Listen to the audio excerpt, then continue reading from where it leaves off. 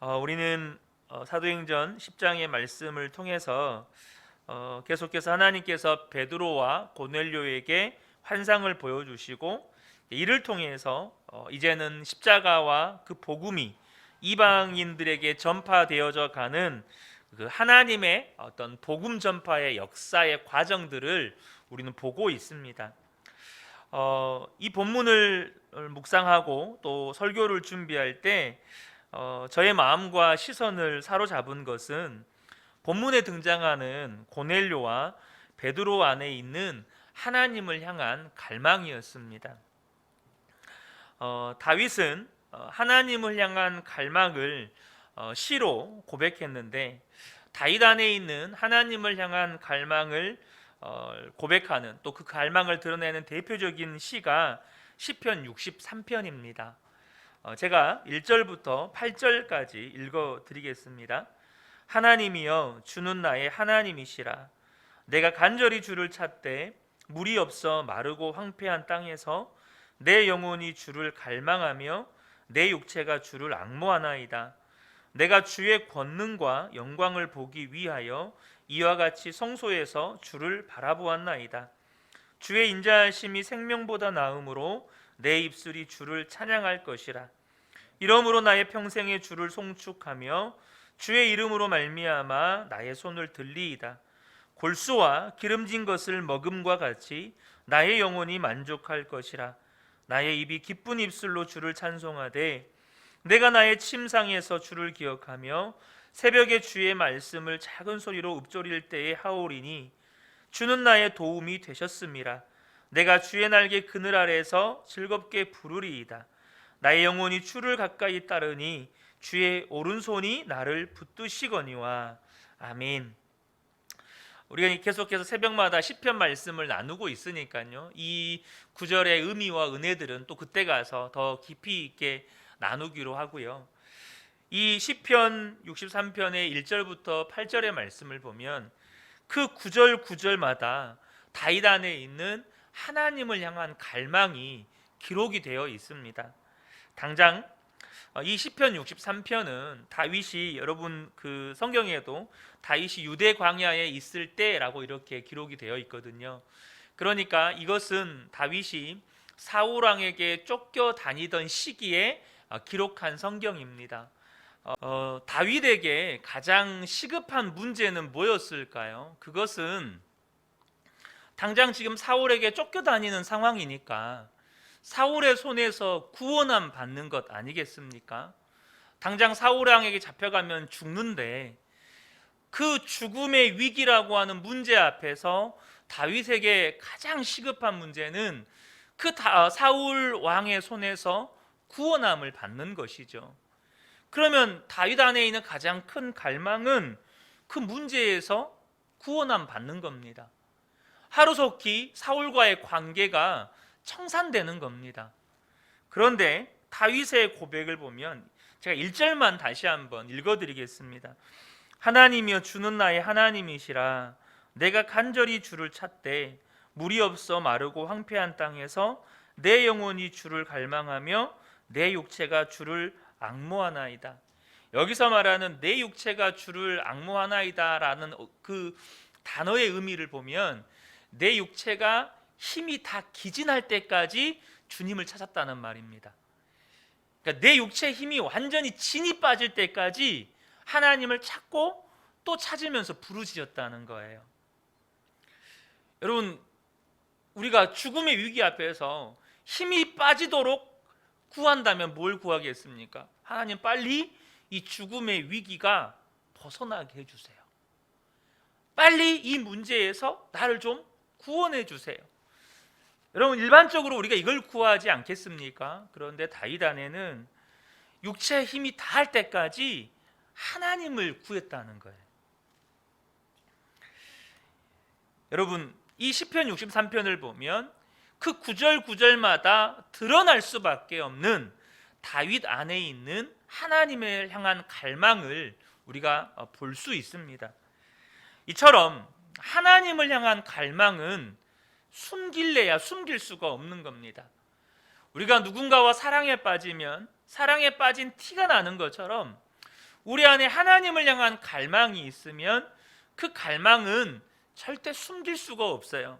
반대로 하나님을 향한 갈망이 없는 것도 숨길 수가 없습니다. 내가 하나님을 향한 갈망이 없는 거를 갈망이 있는 척해도 숨겨지지가 않는 겁니다.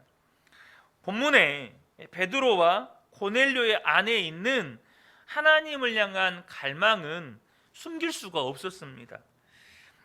하나님을 향한 갈망이 그들의 삶에서 확연히 드러났는데요. 오늘은 그들의 삶에 하나님을 향한 갈망이 어떤 형태로 드러났는지를 좀 잠깐 살펴보려고 해요. 첫 번째는 뭐냐면 그들이 하나님을 갈망해요. 하나님을 갈망하니까 이들이 그들의 삶에 그 하나님을 향한 갈망이 무엇으로 표현되냐면 순종에 대한 대가 지불로 나타납니다. 순종에 대한 대가 지불. 본문에는 베드로와 고넬료의 순종이 기록이 되어 있습니다. 그 순종에 대한 이야기를 지난주에 잠깐 우리가 나누었잖아요. 그런데 그들의 순종을 통해서 이들은 이제 놀라운 하나님의 역사를 경험하고 믿음의 성장을 경험하죠.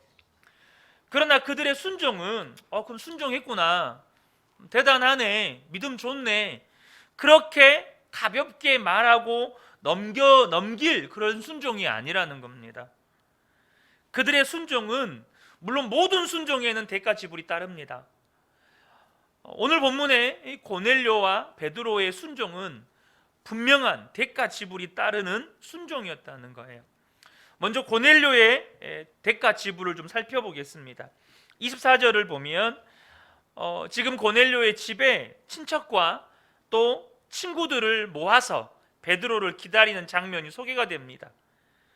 이튿날 가이사랴에 들어가니 고넬료가 그의 친척과 가까운 친구들을 모아 기다리더니, 고넬료의 신분은 로마군의 백부장입니다. 이번 주일에도 잠깐 나누었지만 로마 사회에서 예수님을 그리스도로 고백하는 것은 로마 제국의 근간을 흔드는 일이었기 때문에 반란자로 취급을 받아서 박해와 죽임을 당했습니다. 특별히 제가 이 로마군 백부장에 대한 그 신분에 대한 이야기를 지난번에 잠깐 했었는데요.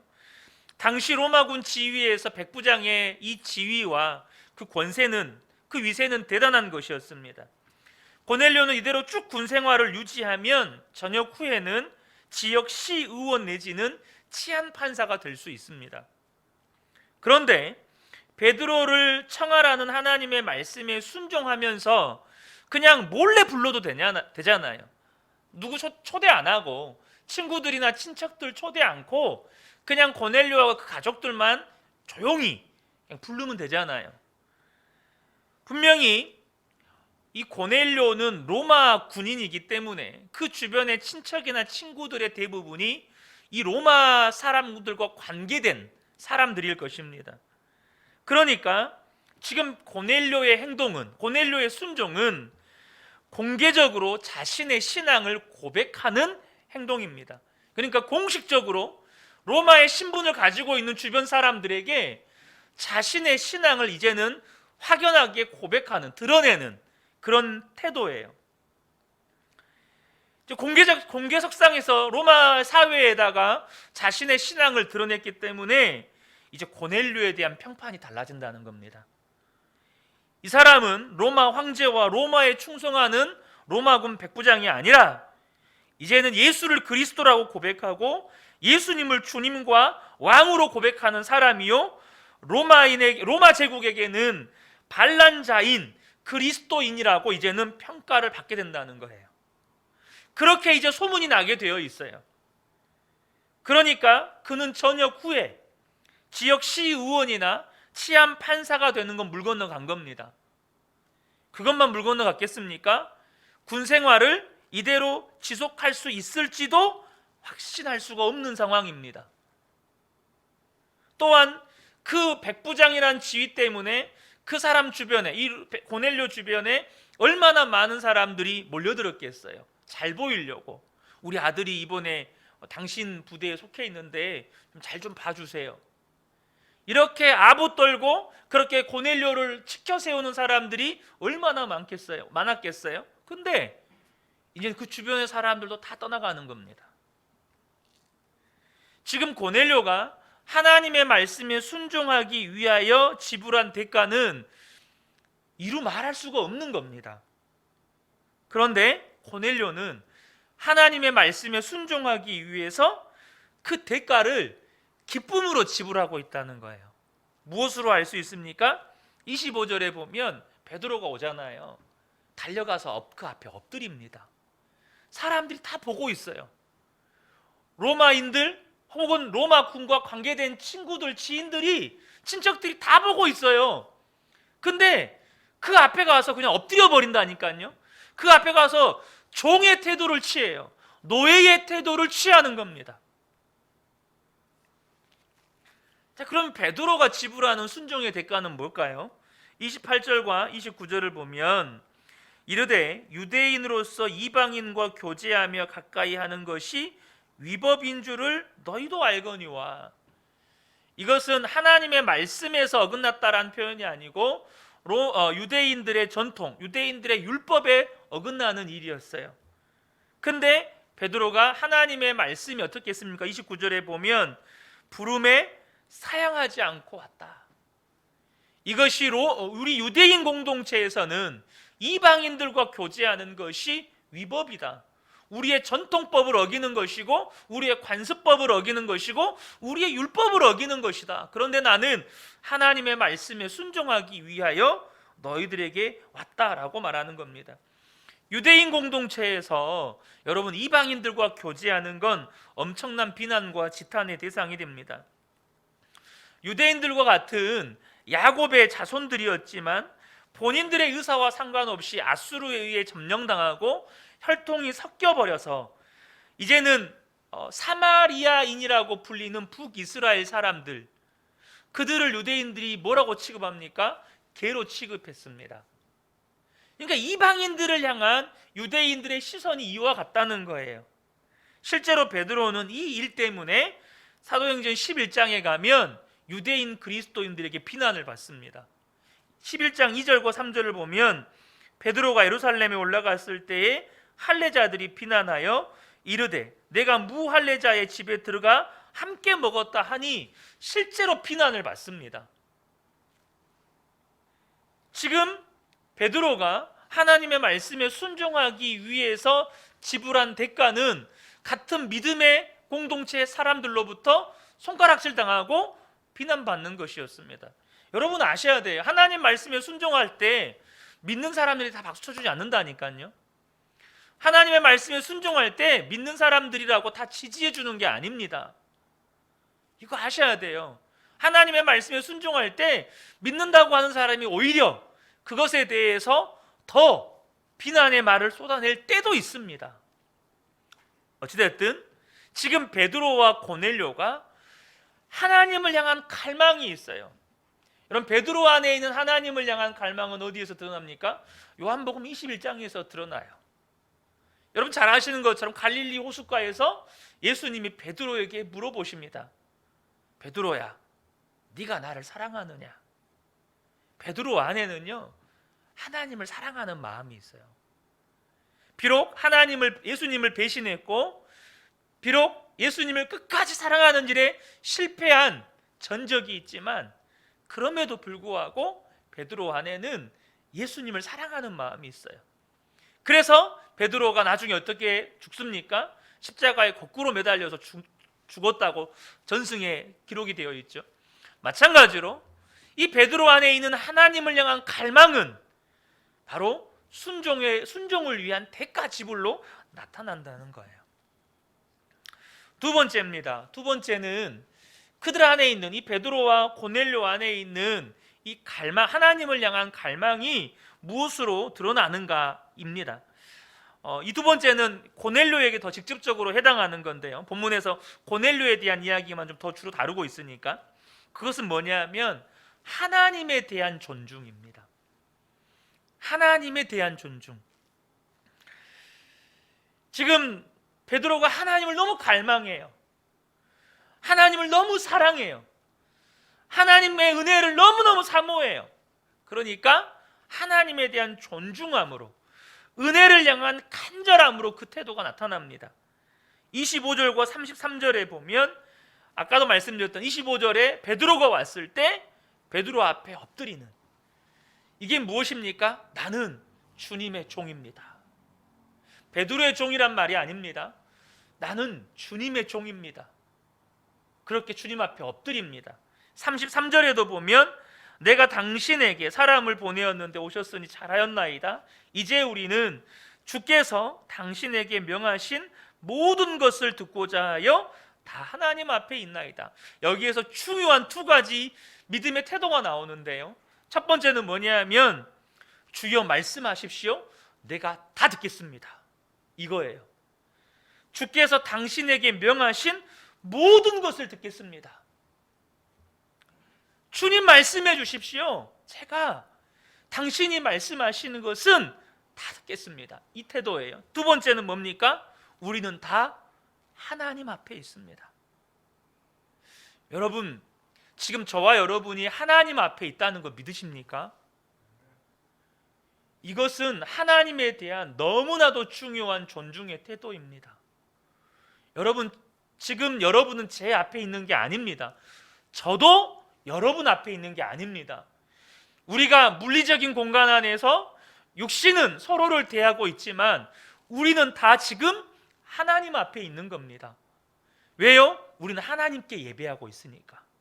우리는 하나님의 말씀을 듣고 있으니까.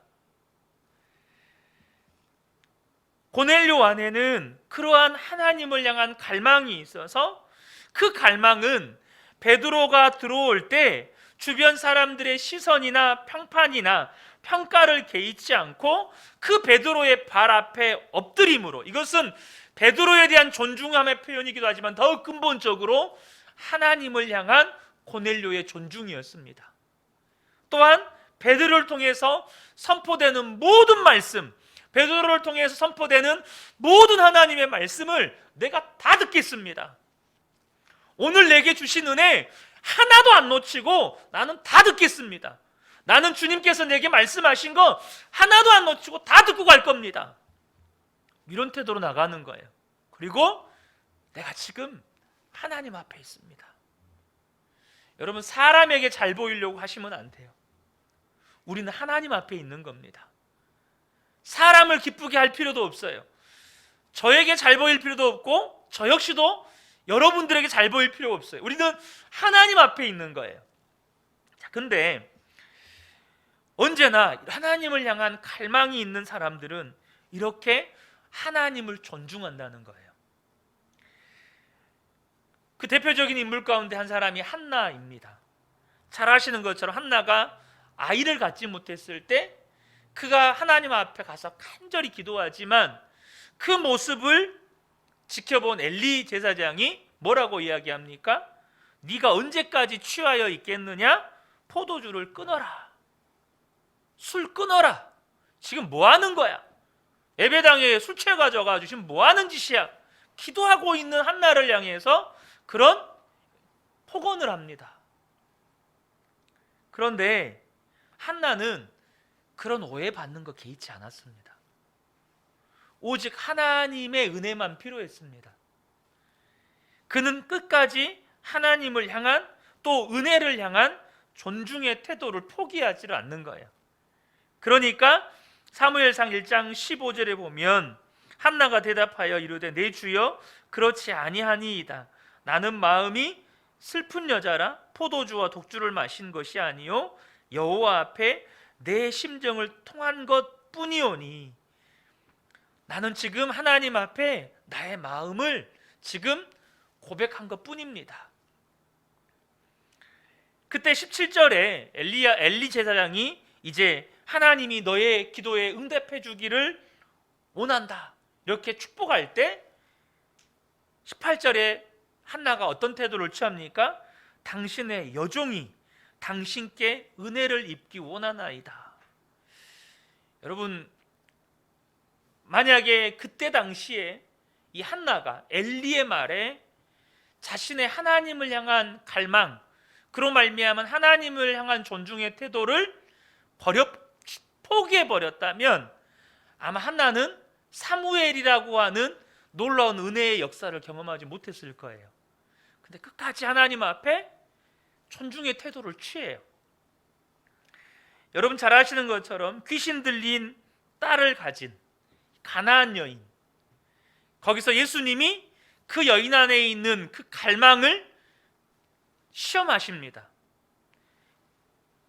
자녀의 떡을 취해서 개들에게 주는 것이 마땅하지 않다. 그때 이 여인 안에 여전히 주님을 향한 존중의 태도, 그리고 하나님을 향한 갈망의 태도가 드러납니다. 주님, 맞습니다. 나는 개입니다. 그러나 개들도 주인의 상에서 떨어지는 은혜의 부스러기는 먹습니다. 여러분, 저는 이것이 정말로 나는 죽고 예수로 사는 믿음의 태도가 아닌가 생각합니다. 우리가요, 내 자존심 상하는 것 때문에 때로는 하나님의 은혜를 포기할 때가 있어요. 내 마음 상한 것 때문에 집에서 부부간에 다툴 수도 있고, 또 자녀와 관계가 틀어질 수도 있고, 내 마음 상한 것 때문에 예배 때 몸은 여기 와 있지만 마음은 꽉 닫고 있어요. 그리고 딱 그 사람 들으라고 하는 말씀이네, 이런 자세로 들을 때가 있죠. 본문에 그 성경에 보면 이렇게 하나님을 존중하는 믿음의 사람들이 있는가 하면 반면에 하나님에 대한 갈망이 전혀 없는 인물도 있었습니다. 그 대표적인 인물들이 엘리 제사장과 그 아들들이었어요. 하나님께서 엘리 제사장에게 이렇게 말씀하십니다. 사무엘상 2장 27절부터 보면 하나님의 사람이 엘리에게 와서 그에게 이르되 여호와의 말씀에 너희 조상의 집이 애굽에서 바로의 집에 속하였을 때에 내가 그들에게 나타나지 아니하였느냐. 이스라엘 모든 지파 중에서 내가 그를 택하여 내 제사장으로 삼고 그가 내 제단에 올라 분향하며 내 앞에서 에봇을 입게 하지 아니하였느냐. 이스라엘 자손이 드리는 모든 화제를 내가 내 조상의 집에 주지 아니하였느냐. 여러분, 얼마나 지금 이게 그 제사장의 직분이라는 게 얼마나 영광스러운 부르심입니까? 특별히 하나님께서 아론의 가문에, 그 많은 레위 지파 중에서도 아론의 가문에게만 허락한, 여러분 대단히 축복받은 이 부르심이고 직분이죠. 그런데 29절에 뭐라고 말씀하시냐면 너희는 어찌하여 내가 내 처소에서 명령한 내 재물과 예물을 밟으며 네 아들들을 나보다 더 중히 여겨 내 백성 이스라엘이 드리는 가장 좋은 것으로 너희들을 살찌게 하였느냐. 하나님께서 백성들이 재물을 바치잖아요. 그러면 자기 눈이 볼 때 별로 안 좋아요. 그러면 통과가 안 되는 거예요. 이건 재물로 합당하지 않아. 짓밟는 거예요. 엘리 제사장의 두 아들들이 했던 그 악행들을 아시죠? 자기들 마음대로 재물을 취해서 가져가 버리고 그걸로 자기들을 살찌우고, 심지어 엘리 제사장도 하나님보다 아들들을 더 중히 여기고. 지금 엘리 제사장 안에 하나님에 대한 존중이 없었어요. 아들들이 하나님의 말씀에서 벗어나고 있는데 그것에 대해서 돌이키게 하고자 하는 그런 존중함이 없었어요. 이 엘리 제사장과 두 아들들이 한날에 죽게 되죠. 사랑하는 성도 여러분, 우리가 아셔야 돼요. 예배 때 우리가 말씀 앞에 설 때 은혜가 없는 이유는 내 안에 갈망이 없기 때문이에요. 여러분 이거 아셔야 돼요. 내 마음 안에 은혜가 임하지 않는 이유는 내가 목마르지 않기 때문이에요. 제가 어렸을 때 제 동생이 살았을 때입니다. 동생과 함께 그 집에서 멀리 떨어진 곳에 이렇게 놀러 갔어요. 놀러. 근데 이제 오는 길에 우리가 저희가 사는 곳이 그 간척지다 보니까 막 낚시 같은 것도 많이 하고 막 그랬거든요. 동생하고 멀리 가서 놀다가 이제 오는 길에 한 점심 무렵쯤에 오는데 목이 너무 마른 거예요. 그래서 오죽했으면 동생이랑 같이 저 냇물을 마실까 말까? 야, 도저히 안 되겠다. 저 물 마셔야겠다. 그러면서 그 냇물이 깨끗한 물이 아니잖아요. 이렇게 논 옆에 흐르는 이 물이 농약도 흘러 들어가고 이런 물들이라. 근데 목이 너무 타니까 이거 우리 마시자 그냥. 너무 목말라서 너무 힘든 거야. 마시자. 근데 올라오다가 마침 논에서 일하시는 분들을 발견했는데, 예전에는 시골에 논에서 일하시는 분들이 이렇게 물을 말통에다 받아놓고 냇물에다 그걸 담궈 넣으셨거든요. 근데 거기에 그 물이 있는 거예요. 어른들은 좀 멀리서 일을 하니까 동생하고 같이 그 냇가로 뛰어 들어가 가지고 그 말통의 물을 벌컥벌컥 마셨던 기억이 나요. 목이 너무 마르면요, 냇물도 마시고 싶어요. 그 더러운 물도 마시고 싶어요. 여러분, 우리 안에 은혜가 임하지 않는 이유는 우리 안에 영적인 갈망이 없어요. 영적인 갈망이 없으니까 하나님에 대한 존중함의 태도가 없는 거예요. 말씀을 듣는 존중함의 태도가 없는 거예요. 왜 한국교회 안에 기적과 같은 은혜가 희미해져 가고 있다고 말들을 하죠? 여러분, 우리 한국교회가 한참 부흥을 경험할 때 여러분 잘 아시잖아요. 정말 초대교회와 같은 치유의 역사, 회복의 역사, 그게 그냥 여기저기서 들려왔어요. 저도 어렸을 때 그것들을 너무 많이 들었고, 제가 다니던 시골 교회에도 저희 원로 목사님이 나병 환자도 고치셨고, 이런 이야기들이 정말 많았어요. 왜 그럴까요?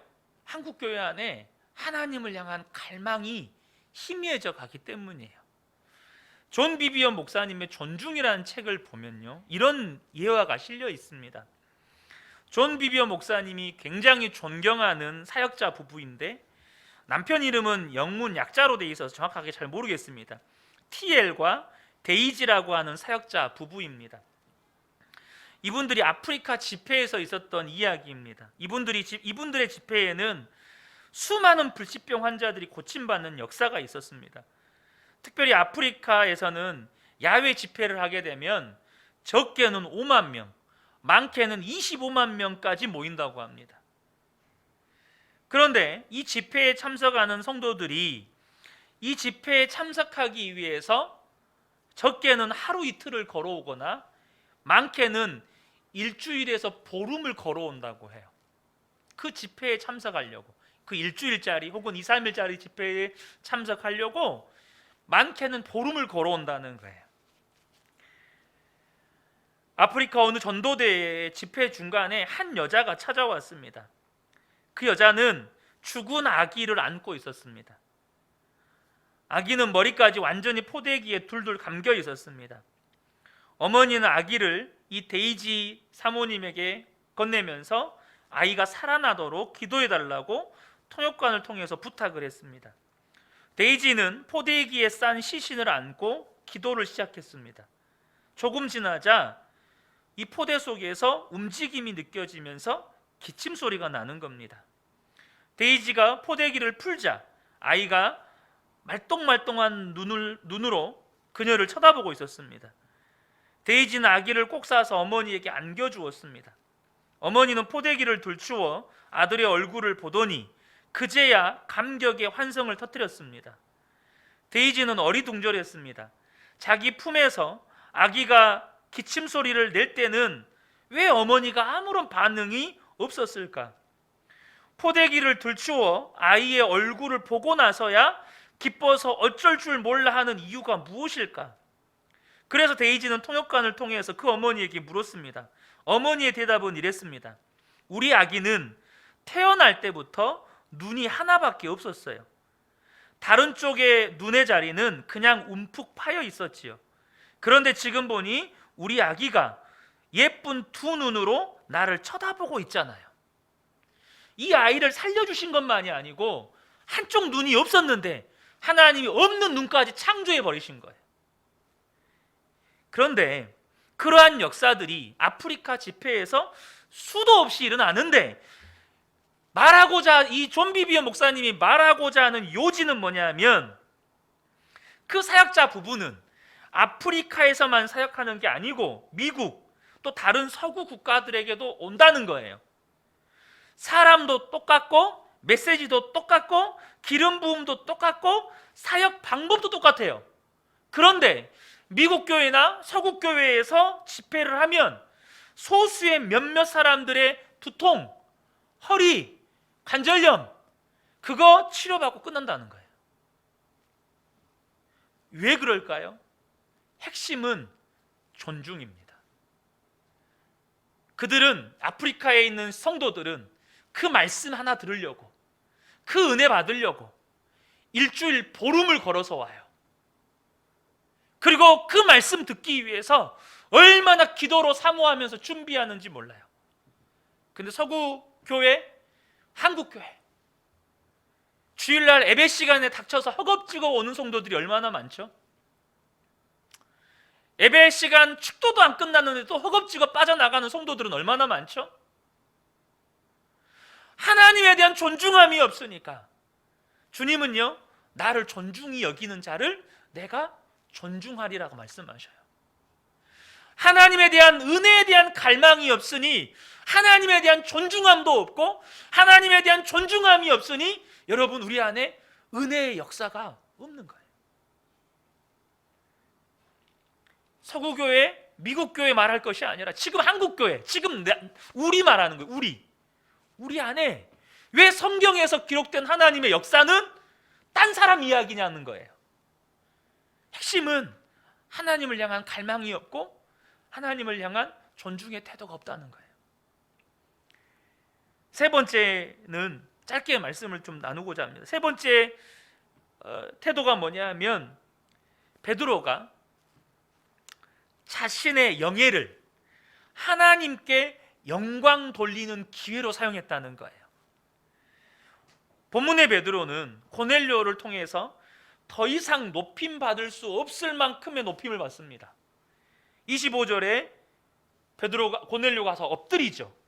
그 엎드렸을 때 베드로의 태도가 뭐냐면 일어서라, 나도 사람이다. 지금 자신의 초대에 응해서 가이사랴까지 와준 베드로에게 고넬료가 얼만큼 감사를 느꼈겠어요. 그래서 고넬료의 입장에서는 절을 하게 하는 이 행위가 베드로의 입장에서 보면 베드로를 충분히 거만하게 만들 수 있는 행동입니다. 그런데 베드로가 충분히 교만해질 수 있는 상황 가운데에서 베드로의 고백이 무엇입니까?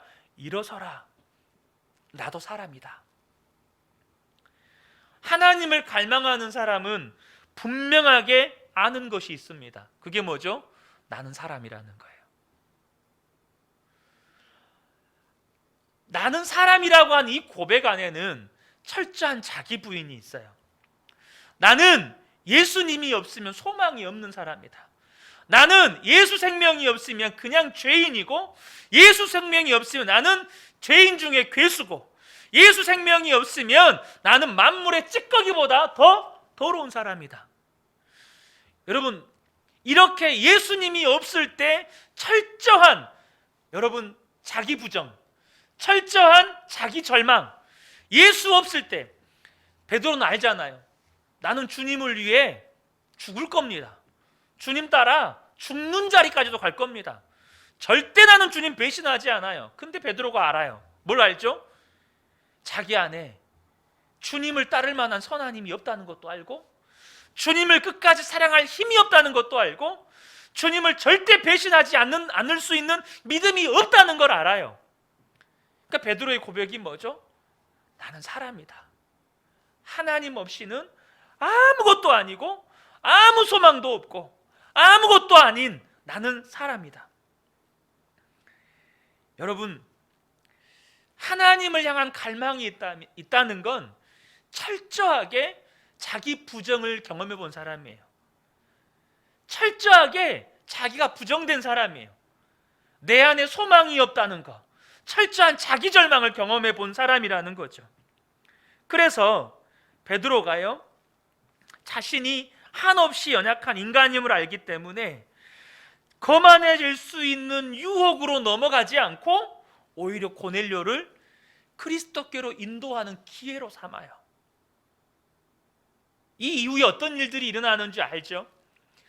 이것을 오히려 자기가 받는 칭찬을 자기의 영광으로 삼지 않고 도리어 그것을, 이 고넬료와 그 가정을 예수님께로 인도하는 기회로 삼는다는 거죠.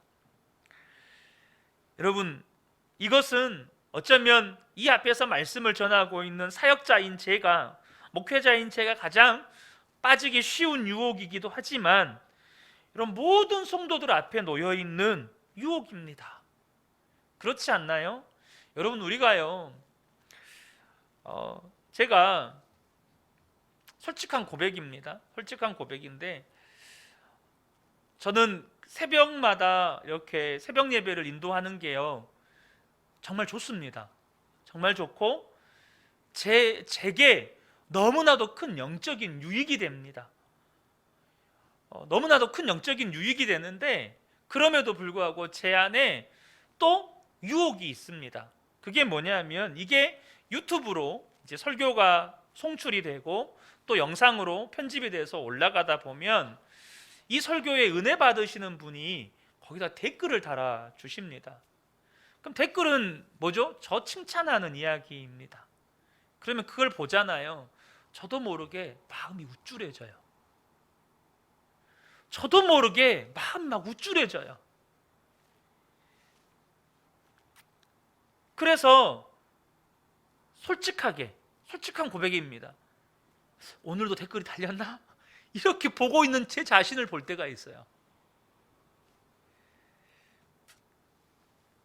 여러분, 우리가요, 누군가로부터 칭찬 들으면 우쭐해지는데, 그 우쭐함에 무슨 마음이 들어오냐면, 그래, 나 꽤 괜찮은 사람이야.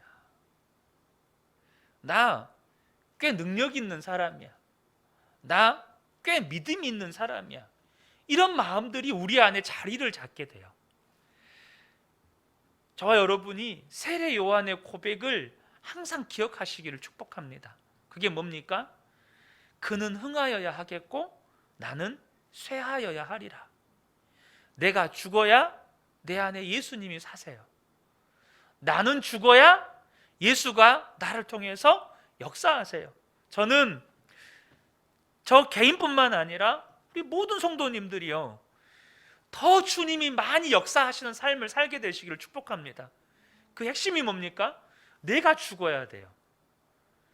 내가 살아있으면 우리는 끊임없이 주님의 자리에 도전합니다. 내가 살아있으면 우리는 끊임없이 주님의 자리를 빼앗으려고 하고 주님의 영광을 내가 차지하려고 합니다. 여러분, 우리는 죽었고 오직 예수만 사십니다. 사랑하는 성도 여러분, 베드로 안에, 고넬료 안에 어떻게 그런 갈망이 있을까요? 분명한 것은 베드로도 고넬료도 공통적으로 하나님의 환상과 계시를 보는 눈이 열렸다는 거예요. 그들은 하나님께서 보여주시는 환상을 보았고 하나님이 들려주시는 계시를 들었어요. 여러분, 이것을 우리가 자주 나누는 시편 말씀 계속 나누면서 강조하는 게 주님을 바라보는 눈이 열린 거예요. 주님을 바라보는 눈이 열리면 열릴수록, 하나님 나라의 영광을 보는 눈이 열리면 열릴수록 우리 안에 영적인 갈망이 생길 수밖에 없어요. 영적인 갈망을 가지려고 몸부림치는 게 아니고 하나님 나라를 보는 눈이 열리면 열릴수록 하나님 나라를 위해서 기도하지 말라고 해도 기도가 나온다니까요. 왜 많은 젊은이들이 대기업 하죠? 우리나라 이름만 들으면 다 알 수 있는 그런 대기업 들어가려고 몸부림칩니까? 알기 때문이에요. 그 기업에 들어가면 자기가 얼만큼 영광 받는지 알기 때문이에요. 자기가 어떠한 연봉을 받고 사람들로부터 어떠한 인정을 받고, 왜 너도 나도 고위 공무원 되려고 하죠? 알기 때문이에요. 그것을 보는 눈이 열려 있기 때문이에요. 사랑하는 성도 여러분, 하나님 나라를 보는 믿음의 눈이 열리고 우리 안에 계시는 주님을 바라보는 믿음의 눈이 열리면 더 간절한 영적인 갈망들이 생깁니다. 저는 우리 근혜교회 모든 성도님들이 이 밤에 다시 한번 주님을 바라보는 눈이 열리기를 간절히 사모하게 되시기를 축복하고, 또 그러므로 말미암아 하나님에 대한 갈망이 더욱더 회복되시기를 주님의 이름으로 축복합니다.